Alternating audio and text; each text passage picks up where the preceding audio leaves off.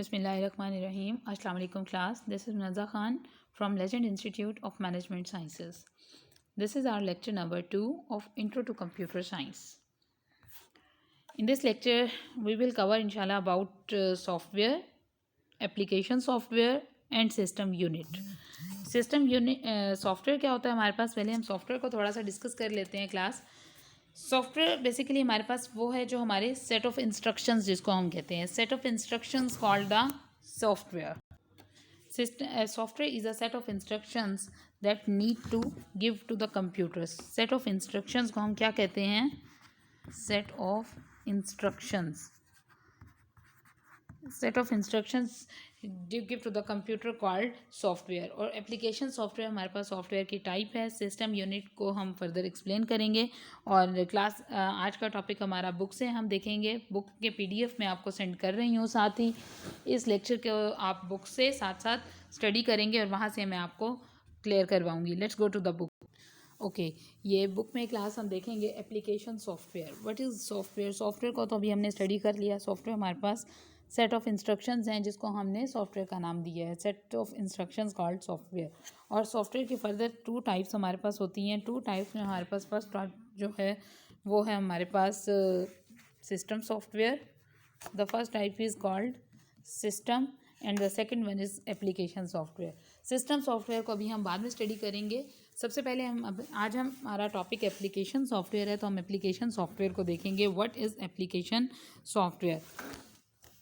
इसको simple words में अगर मैं आपको बता दूं तो सिंपल वर्ड्स में ये होता है एप्लीकेशन सॉफ्टवेयर ऐसा सॉफ्टवेयर जो यूज़र अपनी रिक्वायरमेंट के मुताबिक यूज़ करे या यूज़र अपनी नीड्स के अकॉर्डिंग यूज़ करे, जो कि सॉफ्टवेयर यूज़र को हेल्प करने के लिए हम इंस्टॉल कर सकते हैं, उसको हम एप्लीकेशन सॉफ्टवेयर कॉल करते हैं. फॉर एग्ज़ाम्पल, आपके फ़ोन में डिफरेंट एप्लीकेशंस हैं जो आप यूज़ करते हैं as according to your needs. आप उसको अपनी नीड्स के अकॉर्डिंग इंस्टॉल करते हैं. For example, your WhatsApp, your Facebook, your Insta, your Microsoft Office, your video editor, मतलब इस तरह की कई एप्लीकेशंस ऐसी हैं जो यूज़र अपने यूज़ के लिए या अपनी हेल्प के लिए इंस्टॉल करता है. तो इस तरह की एप्लीकेशंस को हम एप्लीकेशन सॉफ्टवेयर कॉल करते हैं. ठीक है. Application software is a type of software that is use to perform specific task for the user. एक ऐसा सॉफ्टवेयर है that is use to perform specific task. वो यूज़र के स्पेसिफिक टास्क को परफॉर्म करने के लिए यूज़ किया जाता है. इस टाइप के सॉफ्टवेयर को हम एप्लीकेशन सॉफ्टवेयर कॉल करते हैं. We use different software packages on computer to use to ease our work. It is used to perform different tasks such as word processor, spreadsheet, database. Application software uses the operating system in order to function. The operating system is the base software. The application software runs on the top of operating system. अब ये operating system क्या है और operating system की type किस type की है, ये इंशाल्लाह मैं आपको सिस्टम सॉफ्टवेयर के साथ इसको एक्सप्लेन करूँगी. फ़िलहाल हम जस्ट एप्लीकेशन सॉफ्टवेयर को ही स्टडी करेंगे. What is application software and what is the need of application software. ठीक है. अब एप्लीकेशन सॉफ्टवेयर तो हमें समझ आ गया कि एप्लीकेशन सॉफ्टवेयर क्या है. नाउ हम इसकी टाइप्स को देखेंगे. What are the types of application software, different forms of application software. अच्छा, different forms of application software में हमारे पास आ जाती हैं 5 टाइप्स हैं बेसिकली. 5 टाइप्स में फर्स्ट टाइप हमारे पास है पैकेज सॉफ्टवेयर. पैकेज सॉफ्टवेयर कौन सा सॉफ्टवेयर होता है, इसकी डेफिनेशन हम यहाँ स्टडी करेंगे. Package software is available for different type of users. It is not developed for a particular user और organization. Example of package software are word processing, spreadsheets and many package software are available on the web. Package software class वो होता है जो software किसी particular user, किसी specific organization या user के लिए नहीं बनाया जाता, डेवलप नहीं किया जाता. उस टाइप के सॉफ्टवेयर को हम पैकेज सॉफ्टवेयर कॉल करते हैं. For example, Microsoft Office, word processor, Microsoft Excel, ये तमाम चीज़ें आप लोग सब लोग यूज़ करते हैं और आपको स्पेसिफिक उसको डिज़ाइन या डेवलप नहीं करवाने पड़ती. तो इस तरह के सॉफ्टवेयर को हम क्या कहते हैं? Package software. A type of software that is not design for a particular user और फॉर पर्टिकुलर ऑर्गेनाइजेशन. उस तरह के सॉफ्टवेयर को हम पैकेज सॉफ्टवेयर कॉल करते हैं. अच्छा, नेक्स्ट टाइप हमारे पास है custom software. Custom software is a type of software that is designed specifically और पर्टिकुलरली फॉर सम यूज़र और ऑर्गेनाइजेशन. किसी पर्सनल वर्क के लिए आपने कोई एप्लीकेशन बनवानी है, कोई सॉफ्टवेयर डेवलप करवाना है, तो उस टाइप के सॉफ्टवेयर को हम कस्टम सॉफ्टवेयर कॉल करते हैं। कस्टम सॉफ्टवेयर की एग्जांपल मैं आपको दूंगी। फॉर एग्जांपल, आप कोई अकाउंट्स का वर्क कर रहे हो, आपको अकाउंट्स का कोई सॉफ्टवेयर डेवलप करवाना है, तो आप क्या करेंगे, अकाउंट्स का सॉफ्टवेयर डेवलप करवाने के लिए एक स्पेसिफिक सॉफ्टवेयर डेवलप करोगे और उसे यूज़ करोगे अपने मतलब जो भी आपका पर्सनल यूज़ है उसके लिए। जो भी सॉफ्टवेयर आपने बनवाया है अकाउंट्स का, क्या वो कॉमन यूज़ होगा? Definitely not. अगर आपको रिक्वायर्ड है तो आप यूज़ करेंगे उसे, और आपने ही डेवलप करवाया है अपनी रिक्वायरमेंट्स के अकॉर्डिंग। तो इस तरह का सॉफ्टवेयर जो आप पर्टिकुलर अपने यूज़ के लिए बनवाएं या कोई ऑर्गेनाइजेशन अपने यूज़ के लिए डेवलप करवाती है, तो उस टाइप के सॉफ्टवेयर्स को हम क्या कहते हैं, custom software. Clear. Next type है हमारे पास शेयरवेयर सॉफ्टवेयर की। शेयरवेयर सॉफ्टवेयर कौन सी टाइप होती है हमारे पास, is a type of software that is available free of cost for limited time period.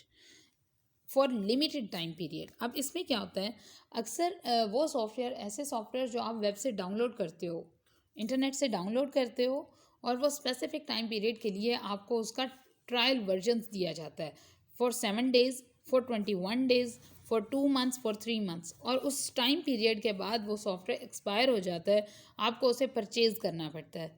तो इस तरह का सॉफ्टवेयर जो आपको ट्रायल वर्जन में फ्री टाइम में दिया जाए, but after that you have to purchase it, तो उस तरह के सॉफ्टवेयर को हम शेयरवेयर सॉफ्टवेयर कॉल करते हैं। Shareware is a version software that is use by users for evaluation purpose. मतलब उसको आप इवेल्युएट कर रहे होते हो, उस सॉफ्टवेयर को पहले आप चेक कर रहे होते हो कि क्या ये हमारे काम के मुताबिक है, क्या ये हमारी रिक्वायरमेंट के मुताबिक है। ऐसे ही है ना, अगर वो सॉफ्टवेयर आपकी रिक्वायरमेंट के मुताबिक नहीं है, आप उसमें अकाउंट्स नहीं कर सकते, आप उसमें वर्ड प्रोसेसिंग मतलब अपनी कोई असाइनमेंट नहीं बना सकते, कोई स्लाइड्स नहीं बना सकते, इस तरह का कोई सॉफ्टवेयर आपने डाउनलोड किया है, या लेट्स सपोज आपने कोई वीडियो एडिटर का कोई सॉफ्टवेयर डाउनलोड किया है, उसमें आप अपनी वीडियो एडिट्स नहीं कर पा रहे अकॉर्डिंग टू योर रिक्वायरमेंट्स, तो आप उस सॉफ्टवेयर को परचेज नहीं करोगे, उसे जस्ट इवेल्युएट करोगे। तो इस तरह के सॉफ्टवेयर को हम शेयरवेयर सॉफ्टवेयर कॉल करते हैं। क्लियर।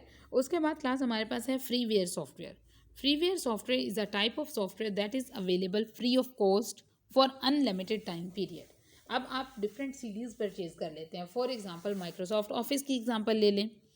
माइक्रोसॉफ्ट ऑफिस की आप सीडी लेते हो, इंस्टॉल करते हो, वो आप फॉर लॉन्ग टाइम, मतलब जब तक चाहो उसे यूज़ कर सकते हो, for unlimited time period with free of cost.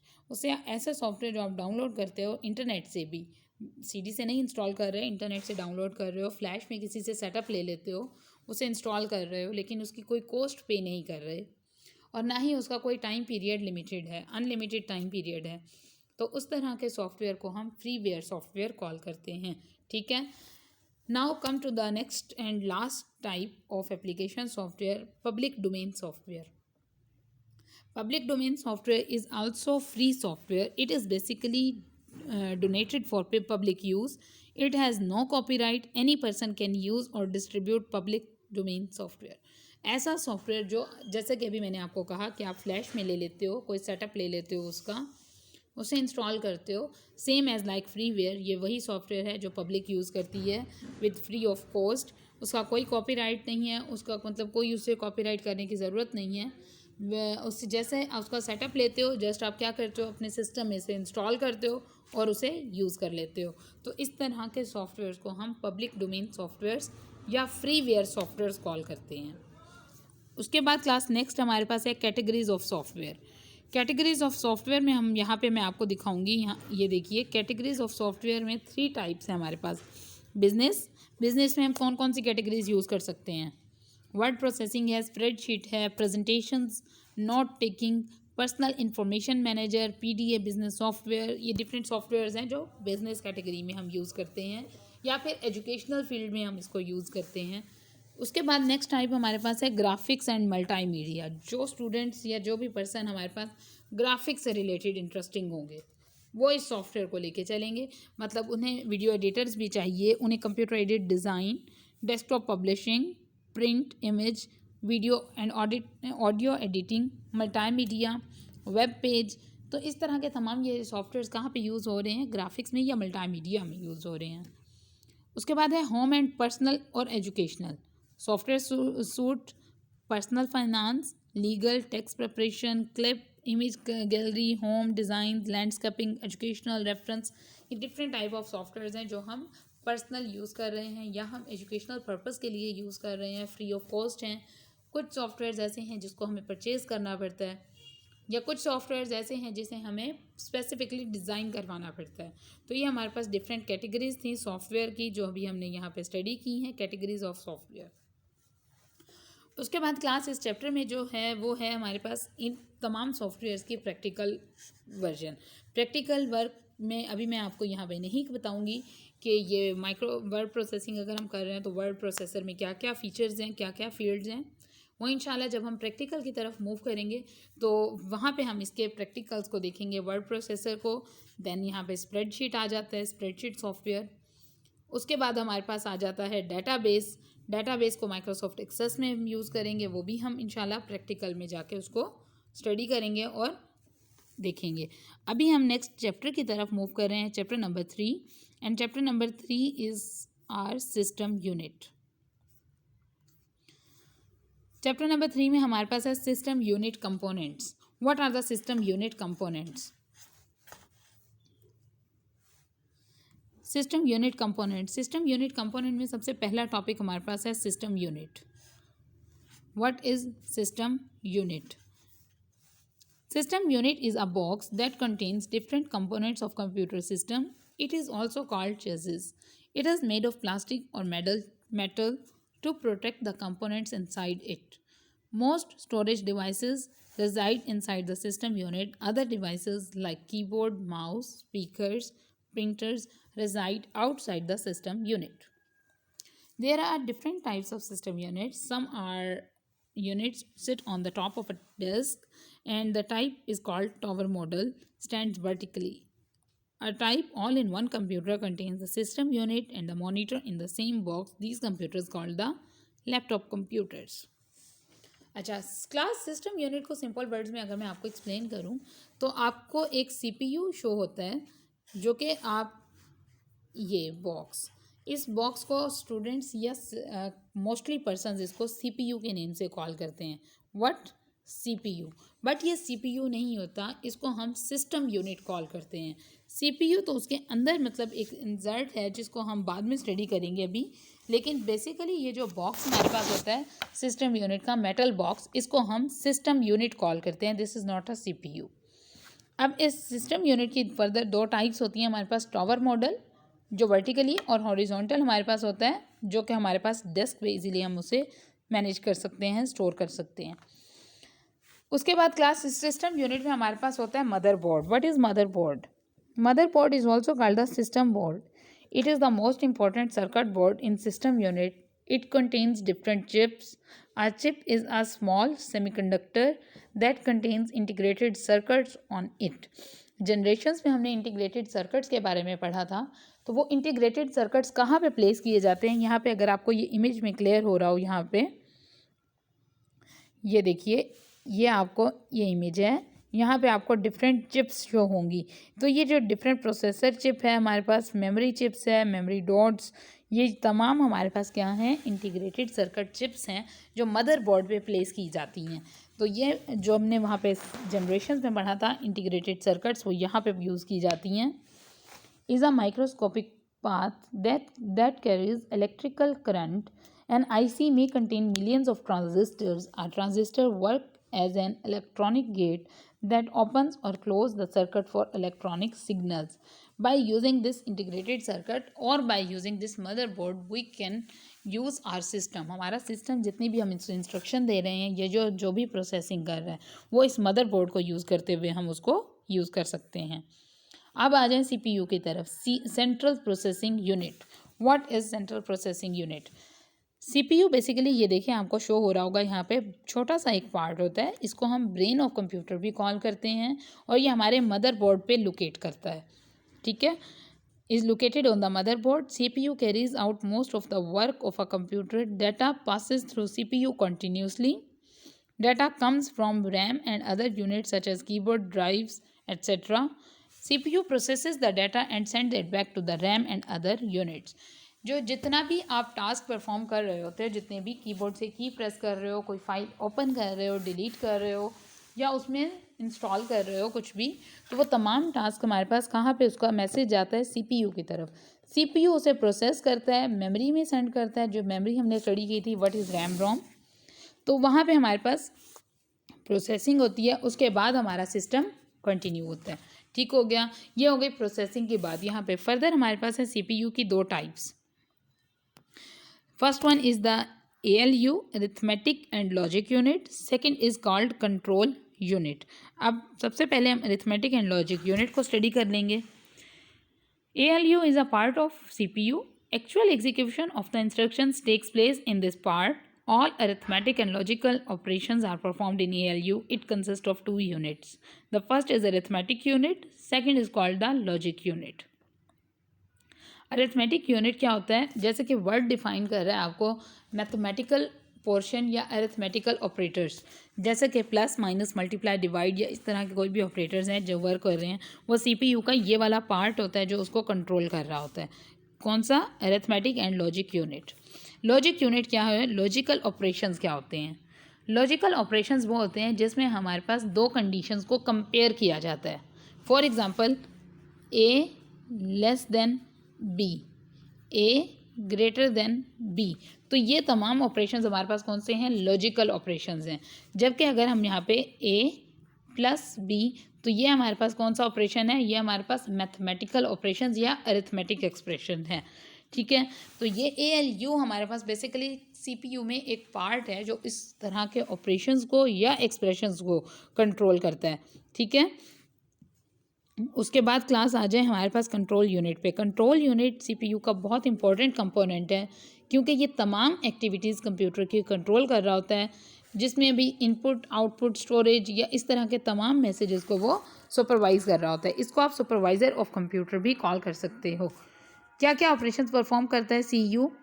Fetch instruction from main memory, जो भी मेन मेमोरी की इंस्ट्रक्शंस है उसको फैच करता है, उस इंस्ट्रक्शन को इंटरप्रेट करता है, मीन्स कि उसमें प्रोसेसिंग करता है कि क्या वर्किंग उसमें करनी है। It controls the execution of instruction, जैसा कि सीक्वेंस वाइज इंस्ट्रक्शन को कंट्रोल किया जाता है, उस सीक्वेंस को भी ये कंट्रोल करता है कि फर्स्ट क्लिक पे कौन सा ऑपरेशन होना है, second click, third click and fourth. इस तरह से आप तो at the same time 10 clicks या 10 वर्क्स पे कोई भी क्लिक कर सकते हो, लेकिन जिसमें आपने फर्स्ट क्लिक किया कंट्रोल यूनिट उसको ही एग्जीक्यूट करेगा। Then go to the next instruction, then third, fourth and so on. ठीक है, उसके बाद हमारे पास CPU में आ जाता है machine cycle. CPU performs the following steps to execute one instruction. अब इसमें इतनी डीप डिटेल में हम नहीं जाएंगे, लेकिन फिर भी मैं आपको यहाँ पे थोड़ा सा इसका ब्रीफिंग दे देती हूँ।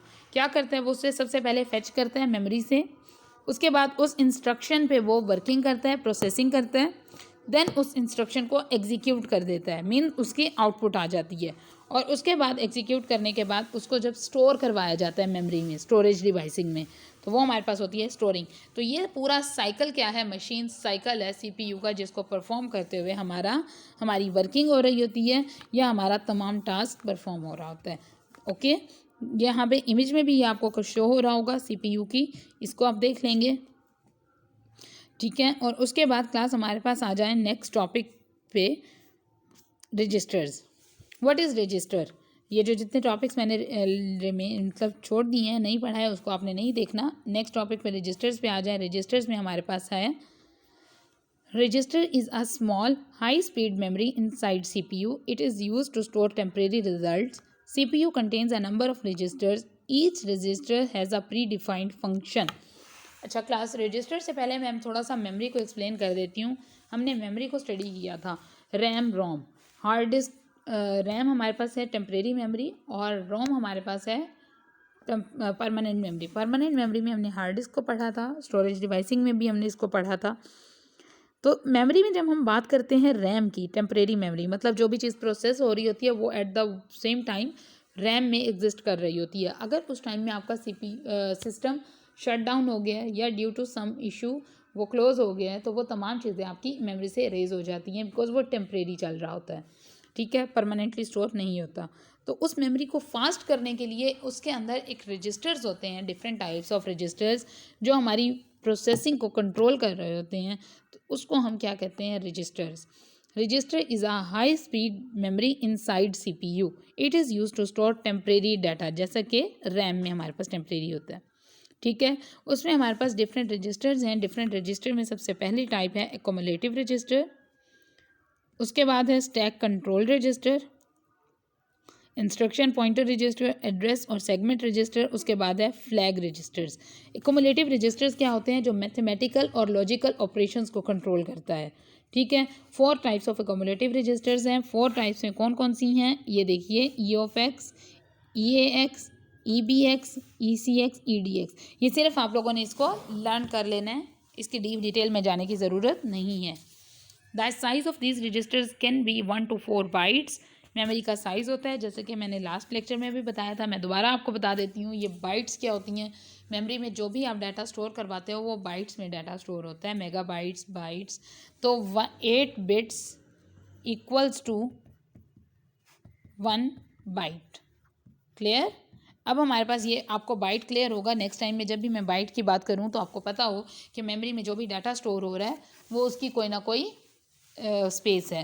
1 बाइट के अकॉर्डिंग वो डाटा स्टोर हो रहा होता है।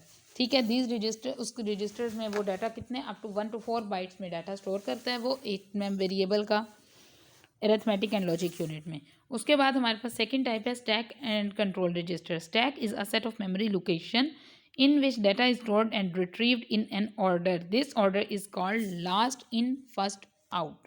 The data item stored at the top of stack is retrieved before retrieving the first. अच्छा, अब इस रजिस्टर को, स्टैक्स को थोड़ा सा समझना डिफ़िकल्ट है। आपने सिर्फ ये याद रखना है कि ये हमारे पास सीक्वेंस वाइज, जैसा कि आप डाटा इंसर्ट कर रहे हो यहाँ पे, तो इसी सीक्वेंस से यहाँ से आप रिट्रीव करोगे। मीन्स के last in first out. For example, अगर आपने शेल्फ में प्लेट्स को सेट किया है तो सबसे पहले आप कौन सी प्लेट उठाओगे? जो सबसे लास्ट में ऊपर रखी हुई है। ऐसा ही है ना? ऐसा तो नहीं जो सबसे पहले आपने रखी थी वो तो सबसे लास्ट में चली गई, उसको नहीं निकालेंगे। तो बेसिकली इसका कॉन्सेप्ट ना स्टैक्स का उस साइड से आप उसको एग्जाम्पल ले सकते हो। थर्ड हमारे पास है instruction pointer register. Instruction pointer register is use to store the memory location of the next instruction to be executed. जो भी नेक्स्ट इंस्ट्रक्शन एग्जीक्यूट होती है ये उसकी इंफॉर्मेशन उसके पास होती है। एड्रेस और सेगमेंट रजिस्टर्स, जो भी हमारे पास मेमोरी में डाटा स्टोर हो रहा होता है उसका बेसिकली मेमोरी में कोई ना कोई एड्रेस होता है। तो ये वाला रजिस्टर जो हमारे पास है एड्रेस रजिस्टर, उसका एड्रेस स्टोर करता है मेमोरी लोकेशन में कि कहाँ से वो डाटा फैच करना है। Flag registers are used to indicate a particular condition. The size of flag registers is 1 to 2 bytes. Each byte of flag register is further divided into 8 bits. जैसे कि अभी हमने कहा 1 byte equal to 8 bits. The data in flag register is stored in 8 distinct bits. ये basically क्या करता है? Indicate करता है उसकी पर्टिकुलर कंडीशन कि किस बाइट्स में या कितने बाइट्स में उस डाटा को हमने स्टोर करवाना है या उसको एग्जीक्यूट करवाना है। आई थिंक क्लास यहाँ तक आपको ये क्लियर हो गया हो। यहाँ तक आप इसको अंडरस्टैंड करें और अच्छी तरह से स्टडी कर लें। कोई क्वेश्चंस हों इससे रिलेटेड, कोई भी क्वेरीज हों, you can ask freely. Thank you so much. अस्सलाम वालेकुम।